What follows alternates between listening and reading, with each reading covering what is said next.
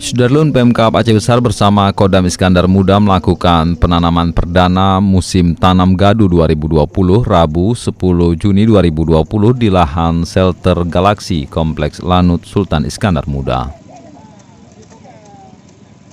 Penanaman musim gadu di Aceh Besar itu sebagai langkah Pemkab setempat untuk kesiapsiagaan menghadapi kemungkinan krisis pangan.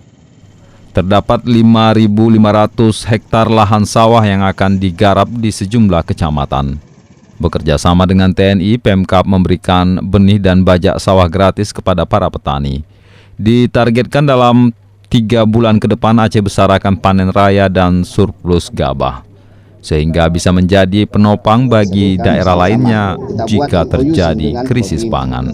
Luasnya 5.500. Kemudian ada 500 hektar untuk IP 300 di Indapuri yang kerjasama dengan Dinas Pertanian, Tanaman Pangan Provinsi. Hasil Pak kira-kira? Hasilnya kita dari 6.000 hektar itu kita rata-rata 6,5 ton per hektar. Kalau ini tentunya untuk kita semua, bahkan akan ditindaklanjuti tingkat provinsi oleh daerah lain, bahkan tingkat nasional memang dicanangkan.